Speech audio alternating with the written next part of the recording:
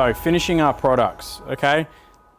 Once we are at the stage of almost being complete, you'll notice that your project may have come together, it may look all right, but then when you start feeling it, it's very rough, okay?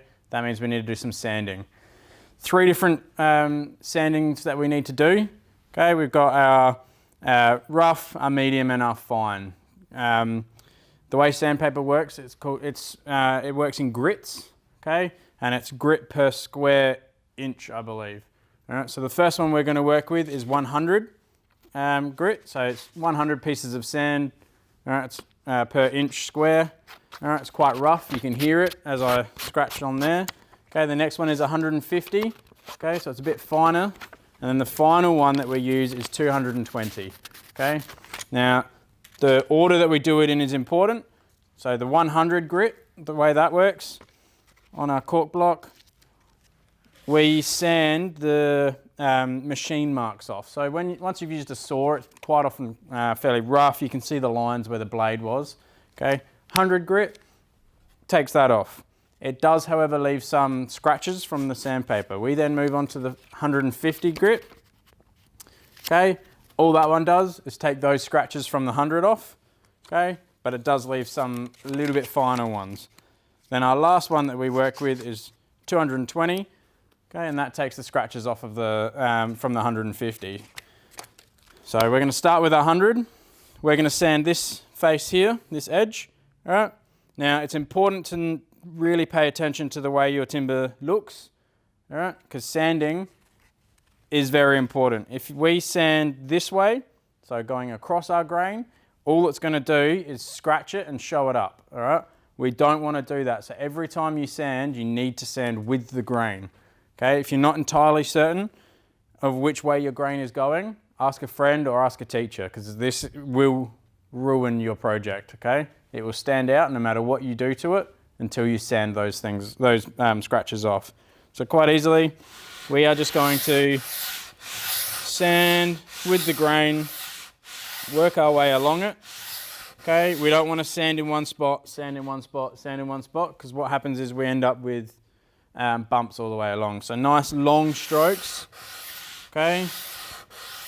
Once we're happy with where that's at, okay, we can then swap to our 150, okay. You can feel it now. You can also see the grooves that are cut into it. I doubt the camera will show it up, so I won't really bother showing you. And then with the 150, you just go again until you're happy with that. Okay, it's now starting to feel quite smooth. Then to the 220, okay, and off you go again. Once you're done with this, it'll feel very, very smooth, okay, if you've done it right.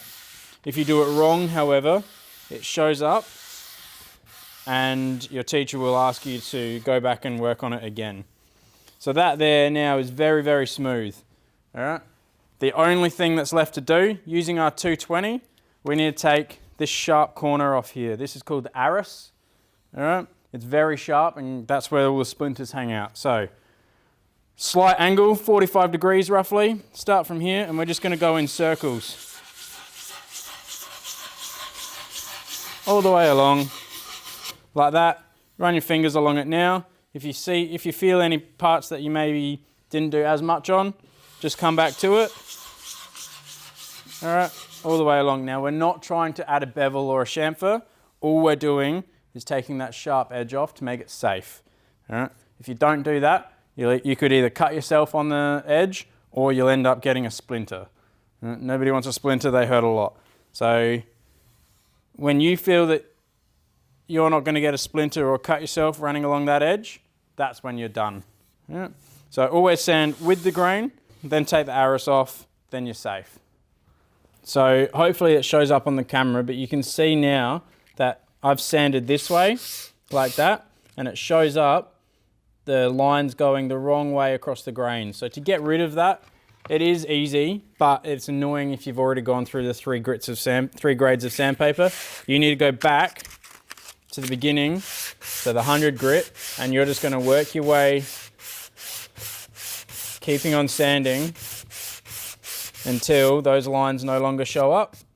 So here, they're still there slightly. Again, I'm not sure if the camera will show it, but so if I keep going on that bit, all right.